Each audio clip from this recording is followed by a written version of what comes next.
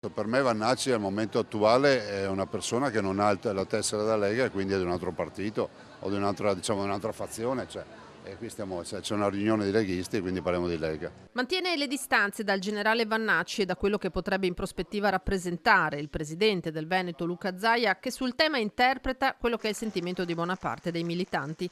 In fiera a Padova sale sul palco per un dialogo che tocca Olimpiadi, autonomia e necessariamente elezioni regionali. Il 9 aprile la Corte Costituzionale si esprimerà sul ricorso del governo contro la legge della Campania che consente il terzo mandato e Zaia alza i toni. A me può andare bene qualsiasi ragionamento, ma è inaccettabile, e questo lo dirò fino alla fine, è inaccettabile che si dica che esiste blocco di mandati per un governatore perché si crea un centro di potere. È come dare degli idioti ai cittadini.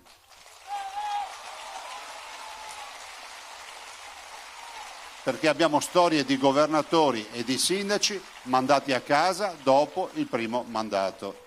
Quindi non si dia degli idioti ai cittadini. Di che per far star casa a qualcuno, come nel mio caso, devi fare in modo di non candidarlo più. Se la consulta metterà la parola fine al dibattito sul terzo mandato e Zaia, come garantisce Salvini, alle regionali sarà comunque della partita, andrà definito come farlo scendere in campo e su questo lui ancora non si sbilancia. Io sono a disposizione del partito come sempre e immagino che il riferimento fosse il fatto di fare il capolista in tutte le province, ma questa è una cosa che discuteremo nel momento in cui ci sarà la necessità di discuterla. Autonomia e identità del Veneto e del partito. Per salvarsi l'Italia deve decentralizzare, efficientare e consentire le riforme necessarie a territori che viaggiano a velocità completamente diverse. Uscire dalla comfort zone e rivedere dal punto di vista, diciamo, la ristrutturazione di questo paese con l'autonomia è assolutamente la via maestra, è la via che ci permette di abbattere anche le diseguaglianze.